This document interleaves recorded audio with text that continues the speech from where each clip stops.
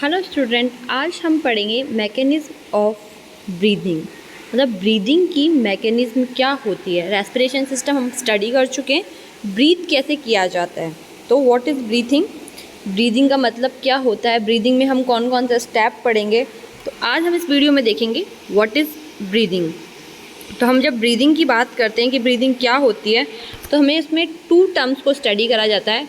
First जो breathing की mechanism में जो फर्स्ट टर्म है वो होता है रेस्पिरेशन। जो होता है वो कितने स्टेज में अकर होता है, 2 स्टेज में आपके अकर होता है। तो पहली जो स्टेज है आपकी वो क्या है, ये है इंस्पिरेशन, क्या है, या इनहेलेशन, क्या बोलते हैं उसे, इनहेल करना। और दूसरी को क्या बोलते हैं, एक्सहेल करना। 2 स्टेप में आपका रेस्पिरेशन होगा।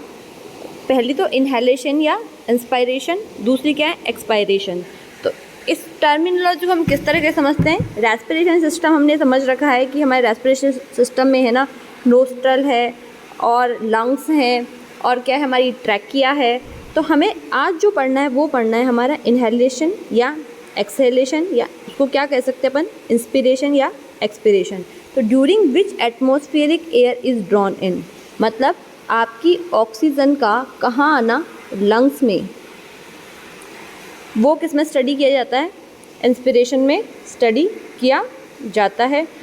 और आपका ये किस में स्टडी किया जाता है, एक्सपिरेशन में क्या किया जाता है, एलोवियर एयर क्या होनी चाहिए, रिलीज़ होनी चाहिए। दैट मीन CO2 जो है वो कहाँ निकलनी चाहिए, आपकी बाहर आनी चाहिए। तो उसको हम क्या बोलेंगे, आपका एक्सपिरेशन या अपन क्या कहेंगे, एक्सहेल करना। तो ये हमारी चीज़ें हैं, इनहेल करना और एक्सहेल करना। अब हम डायग्रामेटिकली से समझेंगे कि ये जो क्या होता है, इनहेल और एक्सहेल क्या होता है। तो देखिए, जस्ट अ मिनट, ये हमारा एक लंग्स का डायग्राम है। लंग्स के डायग्राम में देखिए, हमारा जो लंग्स होता है, यूजुअली हमने इस तरह का डायग्राम स्टडी करा है, ठीक है। हम यहाँ ये देखते हैं कि ये जो है हमारा, यहाँ से हमारा नोस्ट्रल से स्टार्ट होता है। और ये जो डायग्राम है ये हमारे क्या, लंग्स का है। यूजुअली हमारे जो लंग्स होता है वो एक लंग्स 3 चैम्बर में और एक कितने चैम्बर में होता है, 2 चैम्बर में डिवाइड होता है। जो लेफ़्ट वाला जो लंग्स होता है वो लेफ़्ट सुपीरियर, ये वाला एक पार्ट, और लेफ़्ट इंटीरियर, 2 पार्ट्स में डिवाइडेड होता है। क्योंकि लेफ़्ट साइड क्या होता है, अपना हार्ट होता है। राइट साइड में ये 3 पार्ट्स में डिवाइडेड होता है, ठीक है। तो ये हमारे एक लंग्स का जनरल डायग्राम है, इसे हम समझ सकते हैं। अब बात ये आती है कि लंग्स से पहले क्या होता है। ये हमारे ईसोफेगस से यहाँ ट्रैकिया होती है। ट्रैकिया में C साइज़ के छल्ले लगे हुए होते हैं, C आकार के। ये क्या करते हैं, C आकार के जो ये रिप्स टाइप में, ब्रूस टाइप से बने हुए होते हैं। फिर ये ट्रैकिया जो होती है वो डिवाइड हो जाती है किस में, ब्रोंकस में। किस में, ब्रोंकस में। अब आगे जब हम डायग्राम देखेंगे तब हमें पूरा समझ में आएगा कि ये सब हुआ क्या है। देखिए नेक्स्ट डायग्राम को, ये हमारा क्या है, नॉस्ट्रिल है। यहाँ पर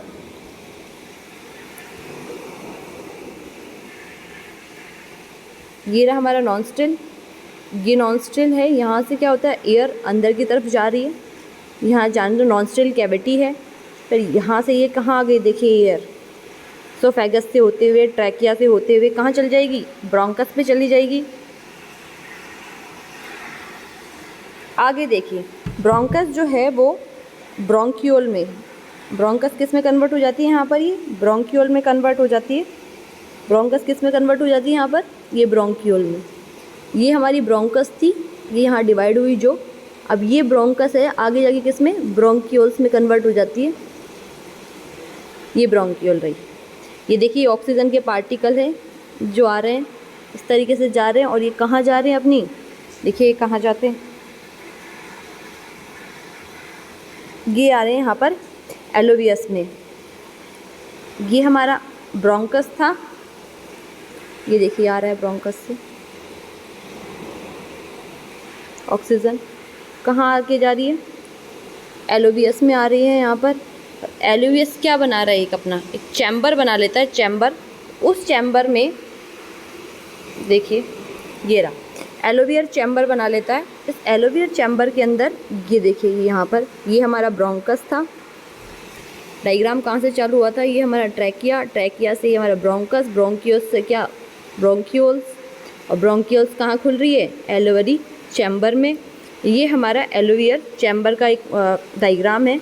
देखिए यहाँ से ये इस तरीके से ये जो आ रहा है ये क्या है, ये ऑक्सीजन मॉलिक्यूल है, और ये यहाँ जाकर क्या करेंगे, डिफ्यूज़न की प्रोसेस क्रिएट करेंगे। डिफ्यूज़न की प्रोसेस क्रिएट करेंगे तो क्या होगा, ऑक्सीजन तो चली जाएगी अंदर, और क्या बाहर निकलेगी, क्या रिलीज़ होगी, CO2 हमारी क्या हो जाएगी, रिलीज़ हो जाएगी यहाँ पर। तो नेक्स्ट डायग्राम में हम इसको क्लियर समझ सकते हैं। ये देखिए बहुत ही क्लियर इजी गोइंग हमें दिखाई दे रहा है। ये हमारे ऑक्सीजन के मॉलिक्यूल यहाँ से आ रहे हैं, इस चैम्बर में मूव कर रहे हैं, और डिफ्यूज़न की प्रोसेस होगी। डिफ्यूज़न में क्या होगा, ऑक्सीजन हमारी अंदर सेल में चली जाएगी, और क्या CO2 जो है हमारी क्या हो जाएगी, रिलीज़ हो जाएगी। यहाँ से ऑक्सीजन जाएगी और CO2 क्या हो जाएगी, वापस बाहर की तरफ मूव करेगी, और एक्सेल की जो प्रोसेस है वो क्या होगी, स्टार्ट होगी। इनहेल की प्रोसेस में क्या था कि हमारी ऑक्सीजन को कहाँ जाना है, अंदर जाना है, और एक्सेल में क्या होता है, जो यहाँ से जैसे ऑक्सीजन अंदर जाएगी डिफ्यूज़न की प्रोसेस अकर होगी, और डिफ्यूज़न की प्रोसेस अकर होने से CO2 जो है वो बाहर की तरफ रिलीज़ हो जाएगी, और ऑक्सीजन कहाँ चली जाएगी, अंदर की तरफ चली जाएगी। तो ये हमारी इनहेल और एक्सेल की प्रोसेस यहाँ पर होती है। कहाँ पर होती है, इस चैम्बर में होती है, इस एरिया में होती है। इसको अगर हम पूरा डायग्रामेटिकली रिप्रेजेंटेशन देखें तो ये देखिए, ये डायग्राम है अपना एलोवेरी चैम्बर का।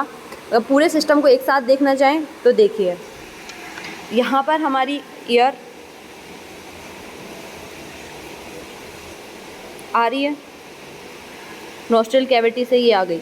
अब ये आने के बाद में क्या इफ़ेक्ट या क्या जो हमें दिखाई देता है वो क्या होता है, उसको हम देख रहे हैं यहाँ से। अब देखिए ये हमारा पूरा एक रेस्पिरेशन सिस्टम का पूरा डायग्राम है। यहाँ से एयर आ रही है, आ जाने दो। यहाँ पर सी आकर के शेप के जो हमारे रिंग्स बनी होती है, जो उसको क्या करते हैं, इसको जो रेस्पिरेशन ट्यूब है उसको क्या करते हैं, मतलब फोल्ड नहीं होने देते, एकदम से अपने आप को चिपकने नहीं देते। यहाँ पर ऑक्सीजन की सप्लाई हो रही है। ये हमारा ब्रोंकस है, यहाँ डिवाइड हो रहा है। ब्रोंकस किस में, ब्रोंकियोल में, और ब्रोंकियोल किस में, एलोवेरी चैम्बर में। नीचे की तरफ हमारा ये क्या है, एक डायफ्राम है। ये जो पूरे लंग्स होते हैं ये कैविटी में होते हैं, रिब कैविटी, ठीक है। तो ये हमारा प्रोटेक्शन करती है। तो ऑल ओवर एक डायग्राम है जिसमें हम क्या पढ़ेंगे, एक्सेल और इनहेल, एक्सेल, ओके।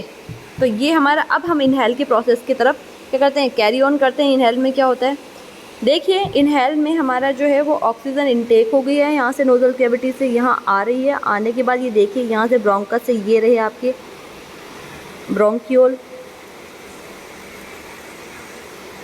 ठीक है, और ये अपना क्या रहा, वही एलोविलस। अब देखिए ये रहा अपना डायफ्राम। जैसे ही क्या होता है, ये जो कैविटी होती है, जैसे ही एयर आती है तो कैविटी जो होती है अपने को क्या करती है, एनलार्ज या बढ़ाना चालू कर देती है। क्यों, एयर, जैसे एक बैलून का हम एग्जांपल ले सकते हैं कि जैसे ही आप बैलून में हवा भरोगे तो बैलून क्या करेगा, फूल जाएगा। पहले इतना था, अब जैसे आप एयर इनटेक करते जाओगे वो बढ़ता जाएगा, बढ़ता जाएगा। एक जो साइज़ है उसका शेप है, जितने उसका मतलब इनटेक करने की कैपेसिटी है, वैसे हमारे लंग्स होते हैं। एयर आती है, हम एयर को पुश कर रहे हैं, और ये अपने क्या साइज़ को क्या करते हैं, बढ़ाते जाते हैं जहाँ तक इनको बढ़ना चाहिए। इसके बाद में क्या होगा भाई, ये जो प्रोसेस है वो इनहेल की प्रोसेस कहलाएगी। क्या कहलाएगी, अपनी इनहेल की प्रोसेस कहलाएगी। इनहेल में हम देख रहे हैं ये अपने आप को एनलार्ज करने की कोशिश कर रहा है। देखिए क्लियर आप देख सकते हो, इनहेलेशन में धीरे धीरे ये लंग्स में बढ़ रहे हैं। ये लंग्स यहाँ तक था, फिर ये यहाँ तक एक्स्ट्रा उसने अपने आप को, एयर ने अपने आप को क्या इंक्रीज़ करा है। और डायफ्राम क्या है अपना, बिल्कुल स्ट्रेट है, बिल्कुल कुछ नहीं, अपने आप को क्या कर रखा है, स्ट्रेट बना रखा है इसने, बिल्कुल ऐसा। हाँ, दबता जा प्रेशर्स। ये अपना एलिवियस है, सबको दिख रहा है। ये अपना यहाँ पर क्या है, ब्रोंकियोल है। ये अपना क्या है, ब्रोंकस है। तो ये इनहेलेशन की प्रोसेस हो रही है। अब इनहेलेशन के बाद में तुम्हें पता है कि डिफ्यूज़न वाली प्रोसेस भी होगी, मतलब ऑक्सीजन जा रही है तो कौन सी गैस बाहर निकलेगी, CO2 बाहर निकलेगी। तो जब ये प्रोसेस अगर होगी तब क्या होगा, उसके लिए देखिए अब हम एक्सेलेशन की प्रोसेस पे चलते हैं। अब आपका मैम कुछ क्लियर कुछ समझ में नहीं आ रहा एक्सेलेशन क्या और इनहेलेशन का डायग्राम। अब देखिए ये जो एक्स्ट्रा एरिया था अपना ये धीरे धीरे क्या होगा, कम होने लग जाएगा। क्यों? क्योंकि आपकी जो यहाँ से क्या निकल रही है, क्या रिलीज़ हो रही है, CO2। क्या? CO2 यहाँ से जा रही है इस तरीके से एक्सेल वाली पोजीशन। देखिए नेक्स्ट डायग्राम में अब देखिए ये आपका एरिया, आप खुद समझ सकते हैं एक्स्ट्रा एरिया कहाँ गया, कहाँ है आपका एक्स्ट्रा एरिया। ये डायफ्राम ऊपर की तरफ मूव हो गया है, देखिए अप साइड अपवर्ड जो है, तो आपका क्या जा रहा है, डायफ्राम जा रहा है किस में, एक्सेलेशन में। और क्या रिलीज़ हो रही है आपकी, CO2। और जो कैविटी थी अपनी, ये जो चेस्ट कैविटी है उसका साइज़ भी क्या होता जा रहा है, कम होता जा रहा है। आई बात समझ में आपको? तो दैट इज़ कॉल्ड एक्सेलेशन, यानी CO2 का बाहर निकलना, चेस्ट कैविटी का क्या होना, साइज़ कम होना, और क्या होना, डायफ्राम का किधर जाना, अपवर्ड करना। जो तीनों स्टेज किस में होते हैं, एक्सेलेशन में होती है। यहाँ पर एक आउटर प्रेशर इनर प्रेशर का टर्म भी आता है कि जिस टाइम में आउटर प्रेशर ज़्यादा होता है या मान ले इनर प्रेशर ज़्यादा होता है, तो क्या होता है, जो मूव होता है वो क्या होता है, high pressure to low pressure करता है। जब यहाँ का प्रेशर लो होगा तो ऑक्सीजन अंदर आएगी, और जब यहाँ का प्रेशर क्या रहेगा, ज़्यादा रहेगा, तो क्या हो जाएगा, कार्बन डाइऑक्साइड बाहर निकल जाएगी। तो ये पूरी टर्मिनोलॉजी होती है एक्सेलेशन और इनहेलेशन में। ये देखिए यहाँ से आपका एक्सेल हो रहा है, आई ये एक्सेल। तो ये दो टर्मिनोलॉजी थी ब्रीथिंग में। तो एक एक्सेल और एक इनहेल, एक एक्सेल और एक इनहेल जो होती है उससे काउंट की जाती है हमारी ब्रीथ रेट। तो ये था general discussion about the exhale and inhale.